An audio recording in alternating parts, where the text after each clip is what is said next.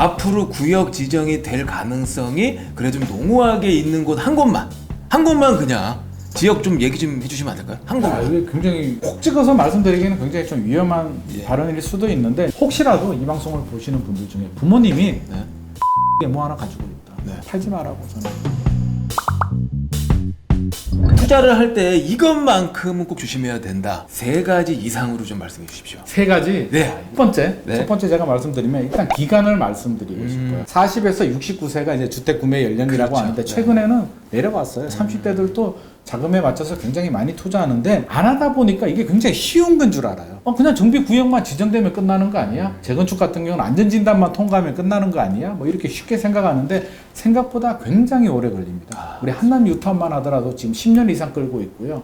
우리가 재건축 예를 잠깐 들면 개포주공 아파트 있잖아요. 개포가 2003년도에 안전진단 통과하고 공사 들어갈 때까지 15년이 걸렸거든요. 그것도 저층 아파트. 재건축이 재개발보다 조금 쉽거든요. 아무래도 좀 표준화되어 있다 보니까. 걔들도 15년이 걸렸는데 구역 지정도 안 됐다? 빨라야 10년이고 길게는 20년이 걸리고요. 안 될 수도 있는 구역들이고요. 시간이 길어진다는 건 어떤 리스크가 있을까요? 비용이 증가하겠죠. 그렇죠. 금융 비용 자체가. 금융 비용이 들어가고요. 나의 투자 자금이 묶인단 말이에요. 예를 들어서 내가 5억 원을 투자했는데 3년이면 괜찮은데 이게 10년 이상 들어가 버리면 10년 내에 어떤 일이 벌어질지도 모르고요. 기회 비용도 있고요. 주택시장이 계속 상승한다는 보장도 없기 때문에 잘 알아보고 나의 상황에 맞는 투자 전략이 필요한 부분이고요. 제가 아까 개별성 말씀을 잠깐 드렸는데 물건마다 너무 달라요. 재건축 같은 경우는 내 돈에 맞춰서, 면적에 맞춰서 그냥 들어가면 되잖아요. 그래서 부동산 시장 흐름에 따라서 그냥 나 들어갈까 말까 이것만 선택하면 되는데, 재개발은 이거 뭐 어떻게 해야 될지를 모를 정도로 처음 하시는 분들은 이제 현장 부동산에 가서 설명을 듣는데 도대체 무슨 말이야 뭐 이런 말씀을 많이 하시거든요. 조합원 분양가도 시뮬레이션을 해야 되고요. 추가 분담금도 시뮬레이션을 해야 되고, 일반 분양이 얼마가 될지, 또 내 땅이 감정평가가 얼마 나올지 전체적으로 분석을 해야 되는데 이게 조금 어렵습니다. 처음 투자하시는 분들은 좀 어렵기 때문에 좀 충분한 시간을 가지고 준비를 해야지. 물론 돈이 아주 많은 분들, 금고에 한 50억, 30억 정도 있으신 분들은 그냥 돈 가지고 가서 그냥 마음에 드는 물건 질러버리면 되는데, 우리 그렇지 않잖아요. 네네, 그런 분들은 투자 안 해도 잘 먹고 잘 살거든요. 그렇게 좀 자금이 부족한 분들은 지금부터라도 충분히 노력을 하고 경험치를 쌓아야 이게 나중에 기회가 왔을 때 딱 잡을 수가 있는데, 그런 경험치가 없는 분들은 진짜 좋은 물건이 나왔을 때 이게 좋은지 안 좋은지 모르기 때문에 못하는 경향들이 굉장히 많아요. 또 하나 조심해야 될 점은 법률적인 위험. 우리가 위험을 따질 때는 법률적인 위험이 있고요, 경제적인 위험이 있고요. 가장 위험한 게 이제 법률적인 위험이거든요. 부동산 대책이 몇 번 발표됐을까요? 25번 이상 이렇게 그래서 발표되고 있다고. 최근에 이제 26번까지 발표가 됐는데, 발표될 때마다 도정법이 개정이 되고 뭐 여러 가지 법률적인 내용이 개정이 돼서 사실 전문가들도 헷갈리고요, 교수님들도 굉장히 어려워하세요. 이게 뭐 최근에 세무사님들도 상담 잘 안 해주려고 합니다. 맞습니다. 세법도 너무 많이 바뀌기 때문에 도정법도 마찬가지거든요. 단적인 예로 우리가 이사대책 발표되면서 좀 쇼킹한 내용 중에 하나가, 이사대책 발표 이후에 구역 지정이 되는 공공재개발 구역은 현금 청산을 시켜버리겠다는 것이거든요. 우리가 왜 투자를 할까요? 재개발 투자? 수익을 거두려고 하는 거죠. 수익을 거두고, 궁극적으로 수익을 거두려면 입주권이 입주권을 나와야 받아야 되고요. 되죠. 새 아파트가 돼요. 맞습니다. 아파트가 돼야 되는데 이게 현금 청산시켜버리면 어떤 일이 벌어지냐면, 우리가 감정평가를 하면 투자금보다 낮게 나오거든요. 내가 10억 원짜리 물건을 샀어, 한남 뉴타운에. 예를 들어서, 물론 10억 원짜리 물건도 잘 없지만 그렇죠. 샀는데 감정평가는 한 6억 정도 나올 수 있거든요. 내가 10억에 샀는데 6억이면 내가 4억 손해보는 거 아니야? 이렇게 생각할 수도 있는데 왜 매력적이냐면, 감정평가는 6억이지만 조합원 분양가도 낮게 나와요. 맞습니다. 조합원 분양가도 예를 들어서 주변 시세가 한 20억 간다면 조합원 분양가는 뭐 12억 뭐 이렇게 나오거든요. 10억, 12억 나온단 말이에요. 그러면 상당한 이득을 취하잖아요. 또 요즘 당첨되기가 하늘의 별 따기잖아요. 이거 뭐 하늘의 별보다 더 어려운 거 없을까요, 대표님? 근데 입주권이 나오면 그냥 된단 말이에요. 좋죠. 조합원 분양가도 낮고 입주권도 되고 나중에 프리미엄도 붙기 때문에 단순히 감정평가가 낮게 나온다고 해서 전혀 손해볼 일이 아닌데, 감정평가가 6억인데 현금 청산되면 어떻게 돼요? 6억 받고 나가야죠. 그렇죠. 네. 한마디로 망하는 거죠. 망하는 거죠. 재건축하고는 좀 뭐 결이 달라. 그렇죠. 이거는 뭔가 좀 어려워. 이런 부분이 재개발이기 때문에 저는 시간 날 때 당장 투자할 것이 아니더라도 미리미리 충분히 경험치를 좀 올려두셔라. 그런 말씀 드리고 싶습니다. 정말 이 말씀 너무 좋으신 말씀이신 것 같아요. 숨어있는 이런 법률상의 위험은 현금 청산될 수도 있고 또는 내 거래 자체가 애초에 무효가 되는 거래일 수도 있잖아요. 그렇죠, 맞습니다. 거래상에서. 네, 무효가 될 수도 있죠. 그래서 이런 위험에 지적해 주신 거 정말 이거는 진짜 마음에 두고두고 새겨 두셔야 될 부분입니다, 진짜. 실제로 계약을 했는데 입주권이 안 나올 수도 있거든요. 네네. 법이 개정돼서 안 나올 수도 있고요. 매도자도 실수할 수 있잖아요. 그렇죠. 부동산 또 중개사들도 실수할 수 있거든요. 그래서 특약 사항에 그런 내용을 반드시 명시를 해야 돼요. 나중에 입주권이 안 나왔을 때 계약을 무효시킨다. 재개발이 말씀하신 대로 길지 않습니까? 네네. 기간이. 그러면 여러 과정들이 있는데 네. 하이 리스크가 사실 수익도 높아지잖아요. 네네. 근데 위험을 많이 줄이고 너무 많이 줄이면 또 수익이 적어지니까 어느 정도 줄이면서 수익도 내가 챙길 수 있을 만큼 챙길 수 있는 그런 시점이 있을까요, 와, 대표님? 이게 너무 어렵고요. 사실은 이게 답이 없는 얘기를 지금 하고 계시는데요.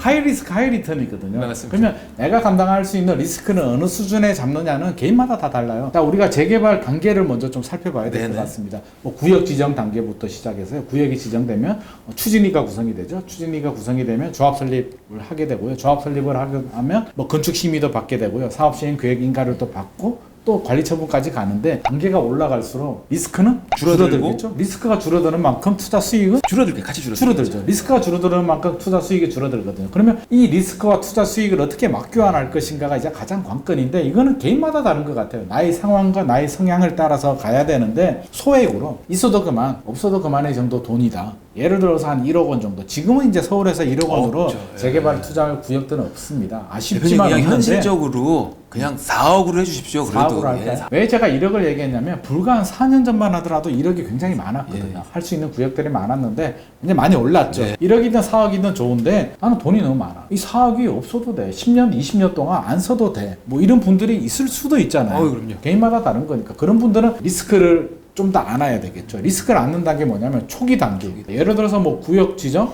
정비구역 지정 단계라면 시간은 10년, 15년, 20년이 걸릴 수도 있지만 개발 이익은 엄청나게 5배까지도 생길 수도 있기 때문에 들어가야 되는데 제 사촌 누나가 이제 강남에 살고 있는데 네. 난 복잡한 거 싫고 기다리는 거 싫고 돈도 있는데 난 그냥 새 아파트 가고 싶어 이렇게 말하거든요. 그래서 그런 분들은 어때요?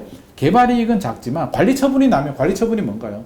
결국에는 분양 단계란 말이에요. 그렇죠. 관리 처분이 나면 이제 철거를 하고 공사에 들어가기 때문에 한 3년 있으면 입주를 하잖아요. 그래서 기다리는 거 싫고 투자 이익 귀찮고 나는 그냥 새 아파트만 원해 이런 분들은 최대한 윗단계로 가서 관리 처분 단계로 가야 되고요. 거기서 좀 더 욕심을 내자면 추진위 구성, 조합 설립 정도만 되면 상당한 리스크가 제거가 됐기 때문에 저는 조합 설립 인가 정도는 났으면 좋겠고요. 잘 모르겠으면 조합 설립과 사업 시행 계획 인가 중간 정도 들어가시면 될 것 같고 돈이 진짜 부족하고 사업도 없고 1억 정도? 진짜 없어도 되는 돈이라면 구역 지정도 안 된 곳들은 금액이 그만큼 저렴하거든요. 구역 지정도 안 됐기 때문에. 그러면 이제 운에 좀 맡겨야겠죠. 운칠 기상이잖아요. 그래서 운에 맡겼는데 구역 지정이 되면 플랜카드 하나 붙일 때마다 가격이 올라가거든요. 네. 추진위 설립 뭐 이런 거 보셨잖아요. 그럼요. 미래를 위해서 한 20년 묻어둘래. 이런 분들은 저는 좀 구역 지정도 안 된 곳에 전략적으로 좀 들어갈 필요도 있을 것 같은데 그거는 개인마다 좀 차이가 있을 것 같습니다. 그렇다면 대표님 봉사 한번 해주십시오. 오늘 진짜 우리 그 재능 기부 있잖아요. 아직 구역 지정이 되지 않았는데 앞으로 구역 지정이 될 가능성이 그래 좀 농후하게 있는 곳 한 곳만 그냥 지역 좀 얘기 좀 해주시면 안 될까요? 한 곳만. 이게 굉장히 콕 찍어서 말씀드리기는 굉장히 좀 위험한 발언일 수도 있는데 이제 저는 전체적으로 지역을 좀 봐야 될 것 같아요. 네. 과연 내가 서울시장이라면 어디를 할까? 우리가 한번 생각을 해보면 아무래도 강남 쪽은 잘 없잖아요. 그렇죠. 할 만한 곳이 없기 때문에 강북으로 가야 되는데 구역 지정이 됐다가 해제된 구역들이 있어요. 네, 찾아보면 최근에 이제 그런 구역들이 많이 신청을 해서 공공재개발도 신청을 하는데 아직도 굉장히 많이 있습니다. 네네 맞습니다. 그 얘기는 뭐냐면 고기도 한번 먹어본 놈이 안다고. 그렇죠. 구역 지정이 됐을 때는 이유가 있거든요. 그렇죠 맞습니다. 그냥 이유 없이 구역 지정 해주지 않거든요. 옛날 오세훈 전 지금은 서울시장이고요. 전 시장이었던 시절도 있었죠. 많은 전전전 분들이 아닌가요? 전전전이죠. 충분히 고민해서 구역 지정을 했단 말이에요. 네, 맞습니다. 그런 구역 지정 됐다가 해제된 구역들은 저는 굉장히 예의주시할 필요는 있겠다. 왜냐하면 많이 해제된 시점이 언제였냐면 2013년, 14년, 15년에 많이 해제가 됐거든요. 그때가 부동산 시장이 좋았냐 그러면 안 좋았죠. 2011년도, 12년도에 굉장히 어려웠고요. 13년, 14년도도 어려웠어요. 사람 마음이 굉장히 간사해서 지금 막 집값이 막 오르잖아요. 많이 올랐잖아요. 그럴 때는 막 더 하고 싶어서 안 되던 것도 막 하고 싶은데 집값이 떨어지거나 침체된 분위기에서는 되는 것도 막 중단하고 싶거든요. 겁이 나고. 그래서 구역 해제가 많이 됐어요. 야, 이거 안 될 것 같아. 빨리 끝내자 해서 한 30% 정도 동의만 받고도 구역 해제된 곳들이 굉장히 많은데, 최근에 공공재개발 어느 지역들이 많이 신청을 했냐면 그런 지역들이거든요.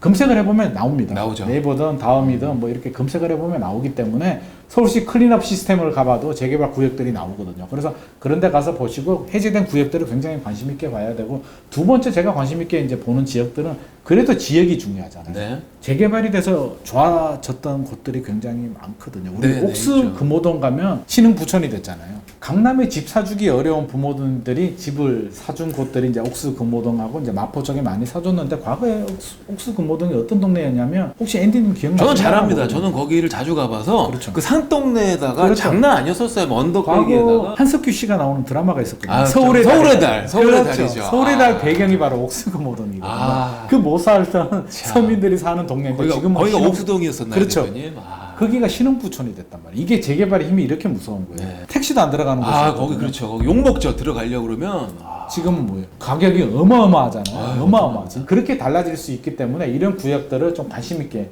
그래서 저는 항상 한강변 기준으로 해서 5km, 길게는 10km 이렇게 반경을 하고 구역 해제된 구역들을 좀 관심 있게 살펴보면 좋은 구역들이 많아요. 아예 지정도 안 된 구역들보다는 저는 가능성이 굉장히 높기 때문에 좀 예의 깊게 한번 찾아보시면 굉장히 좋은 투자처를 또 의외로 찾아볼 수 있을 것 같습니다. 역시 괜히 그거를 과거에 지정했던 게 아니다. 상황이 그렇죠. 됐기 때문에 했는데 말씀하신 대로 13, 14, 15년도에는요.